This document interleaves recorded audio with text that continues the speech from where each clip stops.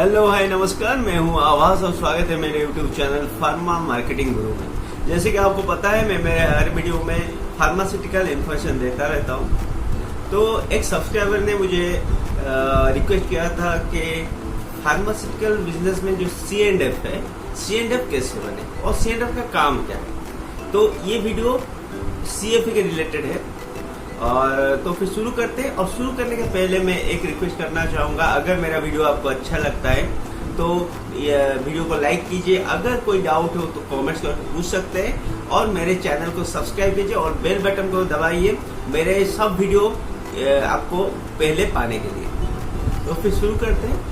तो जो pharmaceutical business के C&F है, फार्मास्यूटिकल बिजनेस हो जो भी बिजनेस हो, C&F जो होते हैं उनका C&F का फुल फॉर्म होता है कैरिंग एंड फॉरवर्डिंग एजेंट। तो कैरिंग एंड फॉरवर्ड एजेंट का काम क्या होता है? इंडिया में एवरी स्टेट में सिर्फ एक स्टेट के लिए एक ही कैरिंग फॉरवर्डिंग एजेंट होता है। ये जो कैरिंग फॉरवर्ड, ये एक कंपनी होता है जो कि एक कंपनी का प्रोडक्ट कैरी करते हैं और फॉरवर्ड करते हैं। उनका एवरी स्टेट में एक कैरिंग एंड फॉरवर्डिंग, अभी कंपनी जो मैन्युफैक्चरिंग कंपनी है उसका प्रोडक्ट को डिफरेंट स्टेट में डिस्ट्रीब्यूशन करने के लिए एक कैरिंग एंड फॉरवर्ड एजेंट रखते हैं जो कि उनका प्रोडक्ट को कैरी करते हैं और डिफरेंट डिस्ट्रीब्यूशन को फॉरवर्ड करते हैं एवरी स्टेट में। तो उनका काम क्या होता है कि पहली बात, तो अगर कैरी एंड फॉरवर्ड एजेंट का काम ये होता है वो कैरी करता है उसको प्रोडक्ट को, पहले जो प्रोडक्ट आता है कंपनी से उसको रिसीव करता है, प्रॉपर्ली चेक करता है और जो भी डिस्ट्रीब्यूटर्स का ऑथराइज्ड डिस्ट्रीब्यूटर का ऑर्डर आता है उसके लिए कंपनी के बिहेव में इनवॉइस बनाता है और ये प्रोडक्ट को उस प्रॉपर लोडिंग अनलोडिंग ये सब उनका काम है। मतलब carry and forward loading unloading करता है और ट्रांसपोर्ट से डिफरेंट पार्ट को, उड़ीसा के डिफरेंट पार्ट्स को, स्टेट के डिफरेंट पार्ट्स को भेजता है। ये उसका काम है। तो उसके अलावा और एक काम है डिफरेंट डिस्ट्रीब्यूटर से उनका पेमेंट और चेक कलेक्शन करना थ्रू कंपनी पीपल। सिर्फ कोऑर्डिनेशन रखने के लिए चेक कलेक्शन में भी C&F का काम होता है। तो आप अभी एक बात है, आप CFA बनने के लिए आपको क्या चाहिए होगा? पहली बात, अगर आप C&F किस कंपनी का पाना चाहते हैं, आपका बिजनेस में वो पर्टिकुलर बिजनेस में नॉलेज होना चाहिए। नॉलेज मतलब सिर्फ नॉलेज नहीं, एक्सपीरियंस होना चाहिए। पहले उससे रिलेटेड आप डिस्ट्रीब्यूटर हो या आपका उस रिटेल हो कि आपका बिजनेस हो, वो अगर मेडिसिन का तो मेडिसिन का नॉलेज होना चाहिए। तो अगर आपका कोई पहले कोई कंपनी का मतलब C&F है तो आपको C&F मिलने के लिए चांसेस बहुत है। एक C&F मल्टीपल कंपनी का C&F हो सकता है। तो वही पहला रिक्वायरमेंट है, आपका एक्सपीरियंस होना चाहिए उस पर्टिकुलर फील्ड में। और दूसरी बात, आपको जो अगर आपका एक्सपीरियंस है तो आपका वेयरहाउसिंग ऑथराइजेशन लेटर होता है। एक कंपनी और जो C&F बोलते हैं उनको एक ऑथराइजेशन लेटर मिलता है।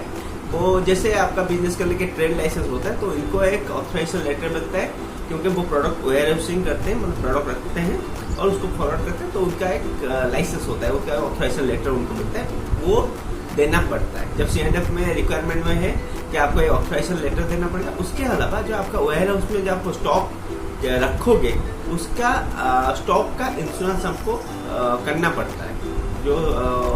जो कंपनी का प्रोडक्ट स्टॉक रखोगे उसको प्रॉपर केयर कर लेना आपका रिस्पॉन्सिबिलिटी है। उसको स्टॉक करना, वो चेक करना टाइम पर, उसका डैमेज लॉस ये आपका रिस्पॉन्सिबिलिटी। तो C&F का रिस्पॉन्सिबिलिटी है रिसीव करना, चेक करना, प्रॉपरली केयर में रखना, डैमेज जैसे ना हो वो देखना।